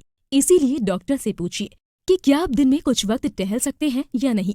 तो ऐसे में ज्यादातर डॉक्टर आपको चलने फिरने के लिए इजाजत दे देंगे। लेकिन अगर डॉक्टर आपको चलने फिरने के लिए मना भी करें तो उनसे पूछिए कि क्या ये बेड रेस्ट सिर्फ कुछ दिनों के लिए है या पूरी प्रेगनेंसी के वक्त आपको बेड पर ही लेटे रहना होगा। अब अगर किसी वजह से आपको बेड पर लेटे रहना पड़े तो कोशिश कीजिए कि आप अपने हाथ पैर की मसल्स को हिलाते रहें, जिससे थोड़ा बहुत ही सही लेकिन वर्कआउट जरूर हो। हालांकि सिर्फ बेड पर लेटे लेटे आप चाहे कितनी भी कोशिश कर लें लेकिन अपने शरीर को होने वाले नुकसान को खत्म नहीं कर पाएंगे। ज्यादा से ज्यादा आप नुकसान को कम ही कर सकते हैं, लेकिन प्रेगनेंसी के बाद दोबारा इस पर ध्यान देकर आप अपनी फिटनेस हासिल जरूर कर सकते हैं। वहीं आप एक योगा टीचर भी रख सकते हैं जिसके हिसाब से आप अपना पूरा दिन बिताएं। एक्सरसाइज तक तो ठीक है, लेकिन अब सवाल ये है कि क्या प्रेगनेंसी के चौथे, 5वें और 6ठे महीने में कोई लड़की ट्रैवल या सफर भी कर सकती है। तो इस पर रुजुता कहती है कि इन 3 महीनों के दौरान ट्रैवल या सफर करने में कोई नुकसान नहीं है। बस इस बात पर ध्यान रखा जाए कि इस दौरान आप भरपूर पानी पीते रहें, जिससे आपके शरीर में पानी की कमी ना हो। अगर आप खुद गाड़ी चला रही हो तो बीच बीच में गाड़ी रोककर ब्रेक लेती रहें, क्योंकि ज्यादा वक्त तक एक ही सीट पर बैठकर गाड़ी चलाना आपकी सेहत के लिए अच्छा नहीं है।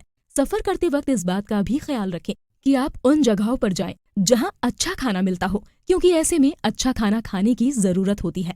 खाने पीने के मामले में ये भी ध्यान रखें कि जब आप सफर कर रही हो तो नई रेसिपी या कुछ नया खाने पीने के लिए ढूंढने की कोशिश ना करें, क्योंकि प्रेगनेंसी के वक्त ये एक्सपेरिमेंट्स आपकी सेहत के लिए गलत साबित हो सकते हैं।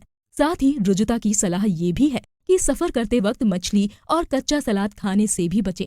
तो कुल मिलाकर ये समझा जा सकता है कि आप ऐसी जगहों पर ही जाएं जहां आप पहले कभी जा चुके हों और इसके बारे में आपको ठीक ठाक जानकारी हो कि वहां कैसा खाना मिलता है और सड़कें कैसी हैं। और ऐसी जगह पर जाने का ना सोचें जहां बहुत ज्यादा पॉल्यूशन या गाड़ियों की आवाज लगातार परेशान करती हो। ध्यान रखें कि आप छुट्टी पर इसलिए नहीं जा रहे जिससे आपकी सेहत खराब कर सके, बल्कि अपनी सेहत अच्छी करने जा रहे हैं। इसीलिए कोई भी ऐसा काम ना करें जिससे आपके बीमार होने की उम्मीद हो। आमतौर पर भारत और कई सारे देशों में एक औरत की प्रेगनेंसी का पता चलते ही उनकी सास, दादी और उसके मायके से हलवा या लड्डू बनाकर भेजे जाते हैं। लेकिन कई सारी लड़कियों के मन में इन लड्डुओं को लेकर ये सवाल होता है कि क्या ये उसकी सेहत के लिए ठीक है या नहीं। इस पर रुजुता का कहना है कि हर लड़की को अपने घर बनने वाले ये लड्डू खाने ही चाहिए। क्योंकि दोपहर से पहले घर में बने हुए घी के ये लड्डू खाना आपके और आपके बच्चे की सेहत के लिए फायदेमंद साबित हो सकता है। प्रेगनेंसी के वक्त काफी औरतों में अक्सर कब्ज की समस्या भी देखने को मिलती है। इससे बचाव के लिए रुजुता का सुझाव है कि हमें हमेशा खाना खाने से पहले 1 ग्लास गुनगुना पानी पी लेना चाहिए और खाने के बाद आधा चम्मच गुलकंद भी खाने की कोशिश करनी चाहिए। वहीं कई बार औरतों को प्रेगनेंसी के वक्त अपनी पीठ और कमर में दर्द की शिकायत भी रहती है। ये वैसे तो आम बात है, लेकिन तब भी अगर दर्द बहुत ज्यादा हो तो कोशिश करनी चाहिए कि आप जब भी खड़े हों तो अपने दोनों पैरों पर बराबर बैलेंस बनाकर खड़े हों। आप अपनी योगा प्रैक्टिस करते वक्त पैरों की एक्सरसाइज करने की कोशिश करें और ऑफिस में काम करते वक्त भी पैर के नीचे कोई छोटा स्टूल रखें। इसके साथ साथ चाय, कॉफी या कोल्ड ड्रिंक्स पीना कम कर दें या बंद ही कर दें और जरूरत के मुताबिक पानी पीना शुरू करें। अब अगर आप बहुत लंबे वक्त तक एक ही जगह पर बैठी रहती हैं तो पीठ में दर्द होने की समस्या बहुत आम हो जाती है। इसीलिए जब भी मौका मिले तो अपनी जगह से खड़े हो जाएं और थोड़ा बहुत चलने फिरने की कोशिश करें। इसके बाद भी अगर आपकी पीठ या कमर में दर्द रहता है तो कैल्शियम के सप्लीमेंट्स ले सकते हैं, क्योंकि कैल्शियम की कमी से हमारी हड्डी में अक्सर दर्द होता है, जिन्हें मार्केट में मिलने वाले सप्लीमेंट्स की मदद से दूर किया जा सकता है। रुजुता इन 3 महीनों में खाने पीने की कुछ चीजों के बारे में बताती हैं, जिनका इस्तेमाल करना प्रेग्नेंट औरतों की सेहत के लिए बेहद फायदेमंद साबित हो सकता है। वैसे भी ये 3 महीने किसी भी औरत की प्रेगनेंसी के सबसे आरामदायक 3 महीने होते हैं और इसी वक्त में ये तय होता है कि आपकी डिलीवरी कितनी आसान होने वाली है या डिलीवरी के बाद आपको दोबारा फिट होने में कितना वक्त लगेगा। ये वही वक्त है जब आप अपनी डाइट या खाने पीने में घी जैसे जरूरी फैट्स भी जोड़ सकते हैं। घी के अलावा रुजुता हमें इन 3 महीनों के दौरान जायफल नाम के एक मसाले का इस्तेमाल करने की सलाह देती हैं। जायफल वो मसाला है जिसे खीर, हलवा या लड्डू में स्वाद के लिए बहुत ही थोड़ी मात्रा में डाला जाता है। इनमें बहुत ज्यादा मात्रा में मिनरल्स पाए जाते हैं जो हमारा खाना पचाने, बाल झड़ने से रोकने और स्किन की सेहत के लिए बेहद जरूरी होते हैं। इसके साथ ही ये हमारे ब्लड प्रेशर भी काबू में रखता है। लेकिन इसके इस्तेमाल की सबसे इम्पोर्टेंट बात ये है कि इसका सही मात्रा में इस्तेमाल हो। समझना अब ये जरूरी है कि जरूरत से ज्यादा इस्तेमाल करने पर मसाले हमारे शरीर में गर्मी पैदा कर सकते हैं और जरूरत से कम इस्तेमाल करने पर उसका स्वाद या फायदा नहीं होता। इस वजह से सही मात्रा में मसालों का इस्तेमाल करने पर ही वो दवाई की तरह काम करते हैं। इसीलिए घर पर बनने वाले लड्डू, खीर या हलवे में स्वाद के लिए जायफल का इस्तेमाल करें या फिर बेसन और दूध के साथ हल्का सा जायफल मिलाकर उसे आप अपनी स्किन पर लगा सकते हैं, जिससे न सिर्फ ये मुलायम होगी बल्कि खुजली से भी बची रहेगी। इसके अलावा रात को सोते वक्त हल्का सा जायफल दूध में भी मिलाकर आप पी सकते हैं, इससे नींद बहुत अच्छी आएगी। जायफल के बाद दूसरी खाने की चीज इतनी जरूरी है कि इसका इस्तेमाल सालों से हर भारतीय घर में होता आ रहा है, लेकिन कई बार इसे एक्स्ट्रा फैट समझकर इस्तेमाल करने से बचते हैं और आखिरकार अपना ही नुकसान कर बैठते हैं। अगर हम अपनी दादी नानी की माने तो इस एक चीज के बिना भारतीय खाना पूरा हो ही नहीं सकता। तो अब तक आप समझ ही गए होंगे कि हम घी की बात कर रहे हैं। घी एक ऐसा जरूरी फैट है जो हमारे शरीर में गुड बैक्टीरिया पहुंचाता है, जिससे हमारे शरीर को बीमारियों से लड़ने में मदद मिलती है। इसके साथ ही घी की मदद से हम न सिर्फ अपनी हड्डियां मजबूत कर सकते हैं बल्कि ये शरीर में मोटापा घटाने में भी मदद करता है। प्रेगनेंसी के वक्त इसका सबसे बड़ा फायदा ये है कि घी हमारे शरीर में पहुंचकर ब्लड शुगर के लेवल को बढ़ने से रोकता है और हार्मोन के बैलेंस को भी बनाए रखता है। फिलहाल ध्यान रखने वाली बात ये है कि हम जो घी इस्तेमाल कर रहे हैं वो देसी गाय के फुल क्रीम दूध से बना होना चाहिए, और अगर देसी गाय ना भी हो तो भैंस के दूध से भी काम चलाया जा सकता है। लेकिन विदेशी नस्ल की जर्सी गाय के दूध का बना घी इस्तेमाल नहीं करना चाहिए।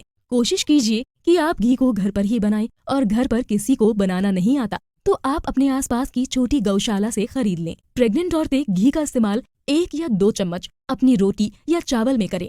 अगर आपके घर में डायबिटीज की समस्या आ रही है तो घी की मात्रा को थोड़ा सा और बढ़ा सकते हैं, और खाने के साथ साथ घी का इस्तेमाल आप दाल या सब्जी के तड़के के लिए भी कर सकते हैं। फिर मिठाई बनाने में तो घी का इस्तेमाल होता ही है। खाने के अलावा रात को सोते वक्त अपने पैरों के तलवे में घी की मालिश कर सकते हैं, जिससे आपको कब्ज की समस्या नहीं होगी और नींद भी अच्छी आएगी। प्रेग्नेंट औरतें इन 3 महीनों के दौरान गेहूं के बजाय बाजरे का इस्तेमाल भी कर सकती हैं। गेहूं के बढ़ते हुए इस्तेमाल की वजह से आज भारत के कई इलाकों में बाजरा रसोई से गायब हो चुका है। लेकिन कुछ साल पहले की बात है जब भारत के हर घर में बाजरे का इस्तेमाल भरपूर किया जाता था। इसकी एक वजह तो ये थी कि बाजरे को आसानी से उगाया जा सकता है, लेकिन इसके इस्तेमाल के पीछे की दूसरी वजह ये है कि इसमें बहुत सारे न्यूट्रिएंट्स पाए जाते हैं जो बाजरे के रूप में हमें बेहद कम दाम पर मिल सकते हैं। फिर बाजरे की खासियत ये है कि आप चाहे भारत के किसी भी कोने में हो, लेकिन आपको बाजरा बेहद आसानी से आपके आसपास के मार्केट में मिल जाएगा। ज्यादा से ज्यादा हो सकता है कि इसको आपके इलाके में किसी और नाम से जानते हो, लेकिन अलग नाम होने पर भी इसके गुण तो हर जगह एक ही जैसे रहेंगे। बाजरे का इस्तेमाल न सिर्फ रोटी बनाने में किया जा सकता है, बल्कि उपमा, पुलाव और खीर बनाने में भी इस्तेमाल हो सकता है। मूंगफली या दाल के साथ इसका स्वाद और भी बेहतर हो जाता है। फिर बाजरा खाने का फायदा ये है कि एक तो ये आपके खून में शुगर का लेवल कम रखता है, और दूसरा प्रेगनेंसी के दौरान सबसे जरूरी चीज प्रोटीन हमारे शरीर तक पहुंचाता है। और इसका इस्तेमाल करने के लिए आप इसे चावल की तरह पकाकर दाल के साथ खा सकते हैं। वहीं रात में पानी में भिगोकर सुबह खाने में इसमें विटामिन बी की मात्रा और भी ज्यादा बढ़ जाती है। इन सब के अलावा उपमा या दलिया बनाकर भी आप बाजरे को खा सकते हैं, जिसमें अगर थोड़ी सी सब्जियां मिला दें तो इसका स्वाद और भी ज्यादा बढ़ जाएगा। आखिरी के 3 महीने। अब तक हमने ये जाना कि प्रेगनेंसी के पहले महीने से लेकर 6ठे महीने तक लड़की या औरत की डाइट क्या होनी चाहिए और उसे एक्सरसाइज जैसी चीजों के बारे में किन किन बातों का ध्यान रखना चाहिए। और अब हम प्रेगनेंसी के आखिरी 3 महीनों में ध्यान रखने लायक बातों पर चर्चा करेंगे। तो सबसे पहले ये जानना जरूरी है कि आखिर 3 महीने यानी प्रेगनेंसी की लास्ट स्टेज क्या होती है। प्रेगनेंसी के आखिरी 3 महीनों में काफी औरतों में नींद ना आने की परेशानी देखी गई है। नींद को लेकर देखी गई इस शिकायत के बारे में बात करते हुए रुजुता कहती है कि प्रेगनेंसी के आखिरी कुछ हफ्तों में लगभग हर औरत परेशान रहती है और इसी वजह से उन्हें नींद नहीं आती, क्योंकि इतने महीनों के बाद अब वो चाहती हैं कि जल्द से जल्द बच्चे की डिलीवरी हो जाए, लेकिन ये बात उनके या किसी के हाथ में नहीं होती। ऐसे में ये भी होता है कि उनमें हार्मोन्स का बैलेंस बिगड़ता हुआ भी देखा जा सकता है। वहीं इस दौरान होने वाली छोटी से छोटी चीजें भी प्रेग्नेंट औरतों की सेहत के लिए खराब साबित हो सकती है। प्रेगनेंसी के आखिरी 3 महीनों में उनकी नींद तो कई बातों से प्रभावित होती है, जैसे अगर कोई औरत शाम को 1 कप एक्स्ट्रा कॉफी भी पी ले या छोटा सा चॉकलेट का टुकड़ा भी खा ले, तब भी उसे इतनी इरिटेशन हो सकती है कि न सिर्फ उसकी नींद खराब हो बल्कि पूरी नींद भी न मिल पाए। फिर नींद की कमी की वजह से चिंता, तनाव और चिड़चिड़ापन होना बहुत आम बात है। इसीलिए आपको अपने दिमाग को शांत रखने के लिए यहाँ कुछ चीजें बताई जा रही हैं, जिनका इस्तेमाल करके आप इन मुश्किल से छुटकारा पा सकते हैं। सबसे पहले तो हर लड़की को अपने आसपास मिलने वाली बिना मतलब की सलाह पर ध्यान देना बंद कर देना चाहिए, क्योंकि ये बेवजह की सलाह न सिर्फ आपको और ज्यादा चिंता में डालती है, बल्कि इनका इस्तेमाल करने पर आपको नुकसान होने की उम्मीद भी रहती है। इसके अलावा अपने मन की शांति के लिए चुपचाप बैठकर खाना खाने की आदत डालें और हो सके तो चम्मच की बजाय हाथ से खाना खाएं। फिर रात को सोते वक्त जितना हो सके उतना कम इलेक्ट्रॉनिक गैजेट्स का इस्तेमाल करें, यानी मोबाइल और कंप्यूटर से दूर रहने की कोशिश करें। साथ ही एक नियम बनाएं कि दिन में सिर्फ आधे घंटे के लिए आप सोशल मीडिया देखेंगे या कोई गेम खेलेंगे, लेकिन उसके बाद अपने फोन या लैपटॉप से पूरी तरह से दूरी बना लेंगे। सिर्फ इतना ही नहीं, रात को खाने के बाद तो भूल ही जाएं कि आपके पास कोई मोबाइल है भी या नहीं। रात में खाना खाकर सोते वक्त नाक में घी की कुछ बूंदें डालें और घी में अजवाइन मिलाकर अपने पेट की अच्छी तरह से मालिश करें, जिससे आपको अच्छी नींद आएगी। इसके अलावा काजू को पानी में भिगोकर रखें और 1 ग्लास दूध के साथ उसे खा लें। दूध में हल्दी और जायफल मिलाकर भी रात को सोने से पहले पिया जा सकता है। ऐसा करने से न सिर्फ आपकी बॉडी में हार्मोन्स का बैलेंस बना रहेगा, बल्कि आपके शरीर की बीमारियों से लड़ने की ताकत भी बढ़ेगी।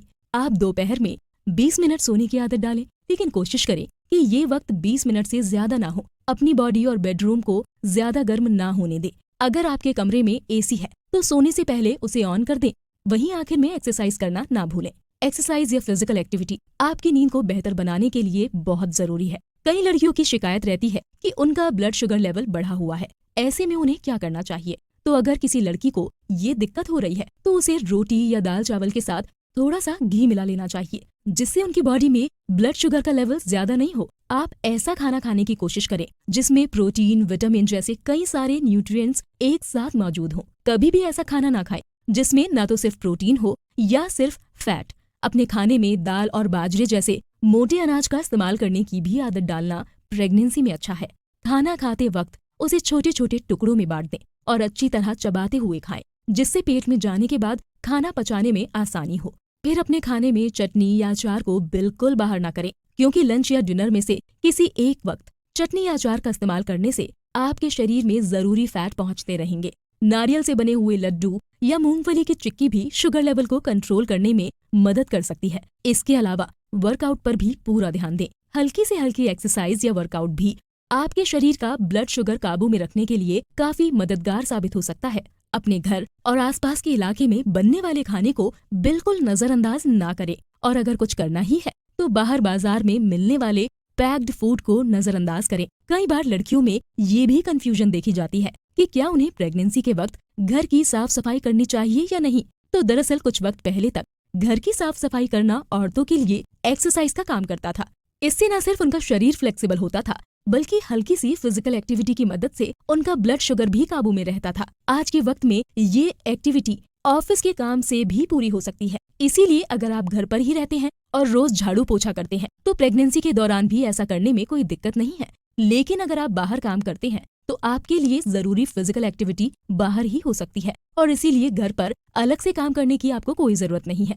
प्रेगनेंसी के 9 महीने पूरे होने के बाद या आखिर के कुछ हफ्तों में औरतें इस बात को लेकर भी परेशान रहती हैं कि वो दोबारा पहले जैसी बॉडी शेप में कब आ पाएंगी। तो इसके लिए सबसे पहले ये बात जान लेना जरूरी है कि एक बच्चे को जन्म देने के बाद से ही आप दोबारा अपनी शेप में आने की तैयारी कर सकती हैं, और थोड़ी सी मेहनत के बाद आप प्रेगनेंसी से पहले के अपने कपड़ों को दोबारा भी पहन सकती हैं। वहीं ये काम डिलीवरी के 4 से 6 महीने के अंदर ही किया जा सकता है।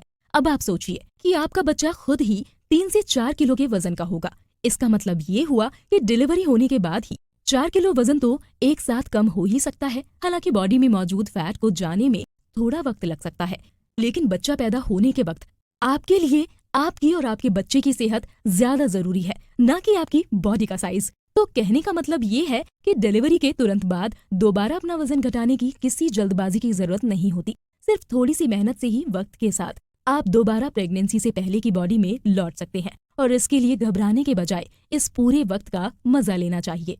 इस तरह प्रेगनेंसी के आखिरी महीनों में होने वाली दिक्कतों और उनसे जुड़े सवालों का जवाब देने के बाद रुजुता आखिर के 3 महीनों में खाने लायक कुछ ऐसी चीजों के बारे में बताती हैं जिनका इस्तेमाल करके प्रेगनेंसी के ये आखिरी महीने भी बेहतर बनाए जा सकते हैं। रुजुता का कहना है कि आखिर के 3 महीनों में हर लड़की को एक किस्म की थकान महसूस होने लगती है, और हर लड़की ये जानना चाहती है कि जल्द से जल्द बच्चे की डिलीवरी हो और वो प्रेगनेंसी से छुटकारा पा सके।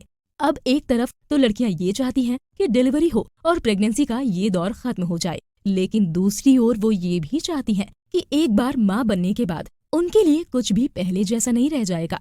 बच्चे के आने से उनकी जिंदगी पूरी तरह से बदल जाएगी और आपकी प्रायोरिटीज भी बदलने लगेंगी। आपकी सेहत सुरक्षा की बजाय आप अपने बच्चे के बारे में सोचने लगेंगी। वहीं डिलीवरी के 6 महीने के बाद तो आपका पूरा वक्त बच्चे का ख्याल रखने में ही बीत जाएगा। ऐसे में आपके दिमाग को शांत रखने के लिए और आपकी बॉडी को स्ट्रांग बनाने के लिए यहाँ कुछ खाने पीने की चीजों के बारे में चर्चा की जा रही है, जिनका इस्तेमाल आपके लिए और आपके बच्चे की सेहत के लिए बेहद अच्छा साबित हो सकता है। अब प्रेगनेंसी के खत्म होने के तुरंत बाद, या ऐसा कहें कि बच्चा होने के बाद, आपको हल्दी की अहमियत समझ में आने लगेगी। हमारे देश में तो शुरू से ही प्रेगनेंसी के दौरान और उसके बाद हल्दी का खूब इस्तेमाल किया जाता है, लेकिन अब तो यूरोप और अमेरिका जैसे आधुनिक और विकसित देशों में भी हल्दी की अहमियत को समझने लगे हैं। भारत में तो हल्दी कच्ची और पाउडर दोनों ही तरह से इस्तेमाल की जाती है, और दोनों में से किसी भी तरह के इस्तेमाल से वो हमारे शरीर के लिए बेहद फायदेमंद साबित होती है। खासकर इसका फायदा तब होता है जब आप इसे कैप्सूल या दवाई की तरह अलग से लेने के बजाय अपने खाने में शामिल करें। यहाँ ये बात भी जाननी जरूरी है कि हल्दी का इस्तेमाल डिप्रेशन को दूर करने में भी किया जा सकता है। अब प्रेगनेंसी के थका देने वाले 9 महीनों में कई लड़कियां और औरतें मानसिक तौर पर पूरी तरह से टूट जाती हैं और डिप्रेशन की ओर बढ़ने लगती हैं। ऐसे में उदास और चिड़चिड़ा रहना ऐसी लड़कियों के बर्ताव का हिस्सा बन जाता है, और फिर उस वक्त हल्दी किसी चमत्कारी दवाई की तरह काम करती है। घर पर बनने वाली दाल, सब्जी या खिचड़ी में तड़का लगाने के लिए भी हल्दी का इस्तेमाल करें, या कच्ची हल्दी का अचार बनाकर या चाय के साथ मिलाकर भी इसे लिया जा सकता है। खाने पीने के अलावा हल्दी को चना या मसूर दाल में मिलाकर उसे पीस लें, फिर उसमें थोड़ा सा दूध मिलाकर नहाते वक्त अपने शरीर पर लगाएं, या इस पेस्ट या लेप को प्रेगनेंसी के दौरान शरीर पर पड़ने वाले निशानों से बचने में इस्तेमाल किया जा सकता है। प्रेगनेंसी के वक्त अलग अलग तरह की दाल को रात में भिगोकर सुबह हल्के से घी में पकाकर भी इस्तेमाल किया जा सकता है। वहीं रात में दाल की खिचड़ी बनाकर खाना भी आपकी सेहत के लिए बहुत अच्छा होता है। इसी तरह इस दाल से पराठे या चीला बनाकर भी खाया जा सकता है। ये न सिर्फ स्वाद में अच्छा होगा, बल्कि बाहर बाजार में मिलने वाले बर्गर और पिज्जा जैसी चीजों के मुकाबले हेल्दी भी होता है। हल्दी और दाल के अलावा चावल भी प्रेगनेंसी के बाद लड़कियों की सेहत के लिए किसी वरदान की तरह काम करता है और चावल अच्छे से पकाकर उसे दाल, कढ़ी, दही या दूध के साथ खाया जा सकता है। इसके अलावा खीर और पुलाव भी एक ऑप्शन है जिसका इस्तेमाल करके बहुत ही टेस्टी सुबह का नाश्ता तैयार किया जा सकता है। डिलीवरी के बाद सुरक्षा। रुजुता की ये बुक प्रेगनेंसी नोट्स की ये बुक समरी सुनते हुए आपने प्रेगनेंसी के तीनों फेज में ध्यान रखने लायक सभी बातों को अच्छे से समझ लिया है। लेकिन बच्चे की डिलीवरी के बाद भी महिलाओं के मन में ऐसे कई सारे सवाल रह जाते हैं जिनके जवाब ना मिलने पर वो अपना खुद का नुकसान कर बैठती हैं। इस एपिसोड में हम उन्हीं सवालों के जवाब जानने की कोशिश करेंगे जो डिलीवरी के बाद अक्सर बहुत सारी औरतों के मन में उठता है। सबसे पहला और जरूरी सवाल तो मन में यही आता है कि डिलीवरी के बाद वो कब अपनी एक्सरसाइज या वर्कआउट को दोबारा शुरू कर सकती हैं। तो यहाँ सबसे जरूरी बात ये है कि वर्कआउट के फायदे सिर्फ तभी देखे जा सकते हैं जब आप अच्छे से रेस्ट करें और आपकी बॉडी को अच्छा खाना खाने को दें। डिलीवरी के बाद एक बच्चे को संभालना अपने आप में एक बहुत बड़ा काम होता है, इसीलिए बच्चा पैदा होने के बाद महीना या 1.5 महीने तक आराम करना ही सबसे बेहतर होगा। हालांकि आराम करने का ये मतलब नहीं है कि आपको बिस्तर पर सोते रहना है। इसके बजाय बेहतर ये है कि आप अपने बच्चे को उठाएं और घर में टहलना शुरू करें या फिर ज्यादा से ज्यादा वक्त खड़े रहने की कोशिश करें और घर में छोटे मोटे काम करते रहें जिससे आपकी फिजिकल एक्टिविटी पूरी तरह बंद नहीं होगी। अगर आप सही ढंग से अपनी बॉडी को रेस्ट देते हैं तो एक्सरसाइज करते वक्त भी आपकी बॉडी कमाल के नतीजे दिखा सकती है। जबकि अगर आपकी बॉडी पहले से ही थकी हुई है तो आप उससे फिर एक्सरसाइज भी करवा रहे हैं तो आपके बीमार पड़ने की उम्मीद काफी बढ़ जाती है। इसीलिए पूरी कंडीशन को समझने के बाद ही वर्कआउट से जुड़ा कोई फैसला करें। अगर एक बच्चे की डिलीवरी के बाद आप वर्कआउट करने की ओर बढ़ रहे हैं तब भी धीरे धीरे ही अपनी बॉडी को इसकी आदत लगाएं। ऐसा करने पर देखते ही देखते 4 महीनों के अंदर ही आप दोबारा अच्छे से दौड़ पाएंगे या वजन उठा पाएंगे जैसा कि प्रेगनेंसी से पहले के दिनों में किया करते थे। लेकिन इस काम को करने में कोई जल्दबाजी ना करें और प्रेगनेंसी के तुरंत बाद कम से कम 2 महीने तक अपने आप को और शरीर को आराम दें। इसके बाद जब आप दोबारा एक्सरसाइज करने जाएंगे तब भी एक वक्त पर एक ही कदम आगे बढ़ाएं। धीरे धीरे अपनी एक्सरसाइज करने की ताकत को बढ़ाने की कोशिश करें और इस पूरे काम में कम से कम 3 से 9 महीने का वक्त लें। अगर आप वर्कआउट या एक्सरसाइज में जल्दबाजी करने की कोशिश करेंगे तो हो सकता है कि आप अपनी कोई हड्डी तोड़वा बैठे या कोई मसल्स खिंच जाए या शरीर से जुड़ा और कोई नुकसान कर बैठे। इससे बुरा ये भी हो सकता है कि ज्यादा एक्सरसाइज करने पर आपकी बॉडी में हार्मोन का बैलेंस पूरी तरह से बिगड़ जाए और फिर उसे संभालने में आपको बहुत ज्यादा मेहनत करनी पड़े। प्रेगनेंसी के वक्त खाए जाने वाले लड्डू की तरह ही डिलीवरी के बाद भी हमारे यहाँ औरतों को एक खास किस्म के लड्डू खाने के लिए दिए जाते हैं। लेकिन आज के समय की लड़कियों के मन में अक्सर ये सवाल आता है कि क्या उन्हें वाकई में ये लड्डू खाने की जरूरत है भी या नहीं। इस बात का जवाब रुजुता हाँ में देती है कि आप चाहे जितना कम खाना चाहें उतना खाएं, लेकिन घर पर बनने वाले ये लड्डू नजरअंदाज बिल्कुल भी ना करें, क्योंकि बाहर बाजार में मिलने वाली चॉकलेट आइसक्रीम से तो ये बेहतर ही है कि आप घर में बने हुए लड्डू खाएं, जिससे कि आपके शरीर में हुई ताकत की कमी को आप पूरा कर सकते हैं। ये भी एक अच्छा ऑप्शन है कि डिलीवरी के बाद अगर रात को भी कभी आपको कुछ खाने का मन हो तो बाजार के पैक्ड खाने की तरफ भागने के बजाय थोड़ा बहुत लड्डू ही खा लें। हो सकता है कि आप उतने लड्डू ना खा पाएं जितना आप बाजार में बना हुआ सामान खा सकते हैं, लेकिन लड्डू का एक छोटा सा टुकड़ा भी बाहर बाजार में मिलने वाली कई सारी चीजों से बेहतर साबित हो सकता है। सबसे जरूरी बात ये है कि घर पर बने हुए ये लड्डू न्यूट्रिएंट से भरे हुए होते हैं। ये न सिर्फ हमारी बॉडी यानी शरीर में जरूरी बैक्टीरिया यानी गुड बैक्टीरिया पहुंचाते हैं, बल्कि हमारे ब्लड शुगर को भी काबू में रखते हैं। इसके साथ साथ ये हमारे बाल और स्किन का भी ख्याल रखते हैं। रुजुता का कहना है कि इतनी सारी खासियत या फायदे होने की वजह से इस लड्डू को ना खाना या नजरअंदाज करना अपने ही पैर पर कुल्हाड़ी मारने के बराबर होगा। बच्चे की डिलीवरी के बाद कई लड़कियों को ब्लीडिंग की भी शिकायत हो सकती है। ये ब्लीडिंग आमतौर पर 1 हफ्ते या ज्यादा से ज्यादा 10 दिन के अंदर बंद हो जाती है। ऐसे में इसे सही वक्त पर बंद करने के लिए आप अपनी डाइट यानी खान पान पर ध्यान दे सकते हैं।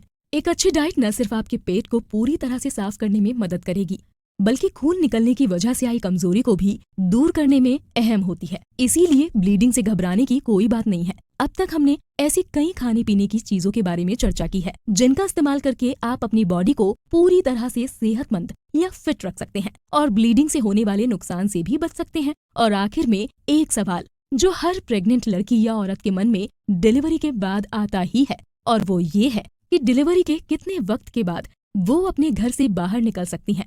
इस पर रुजुता का जवाब है कि जब भी किसी लड़की को ये लगे कि अब वो घर से बाहर निकलने के लिए पूरी तरह से फिट है तो वो ऐसा कर सकती हैं।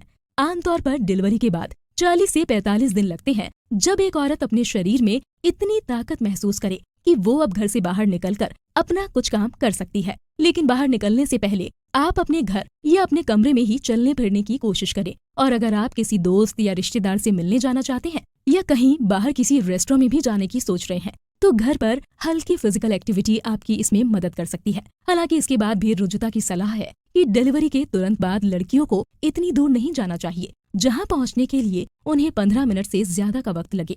इसके बजाय उन्हें अपने आसपास की ऐसी जगहों पर जाने की कोशिश करनी चाहिए जहां आप पहले कभी जा चुके हों या जहां एनवायरनमेंट या माहौल आपके पसंद का हो।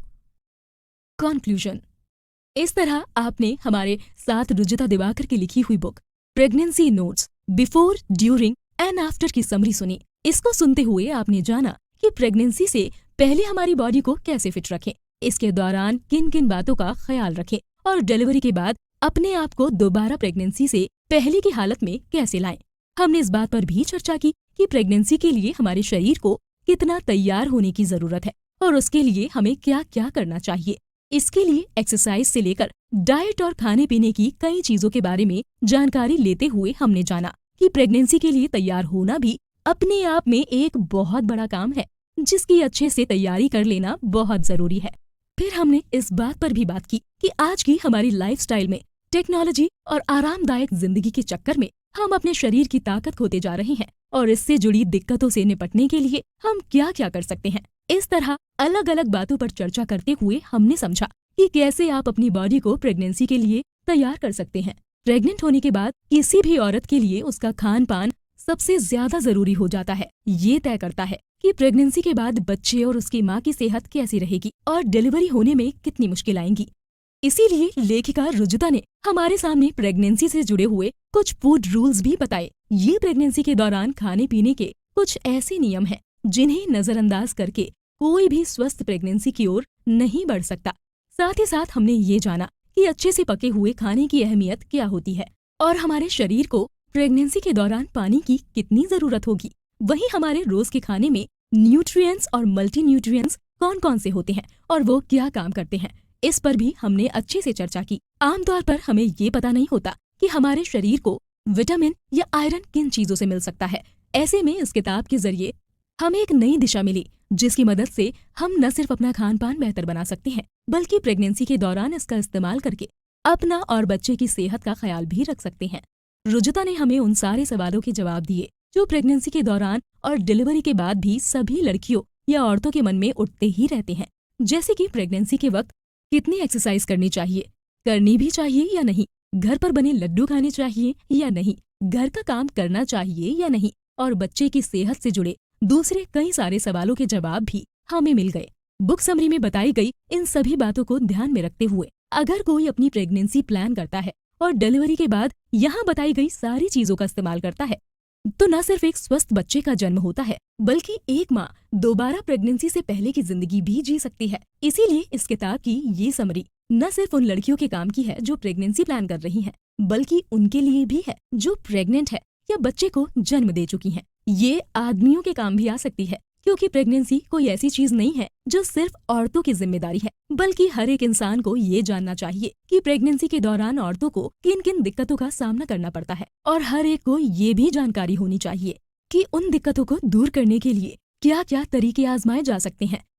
वीडियो को अंत तक देखने के लिए बहुत बहुत धन्यवाद। अपना बहुमूल्य फीडबैक कमेंट बॉक्स में जरूर शेयर करें।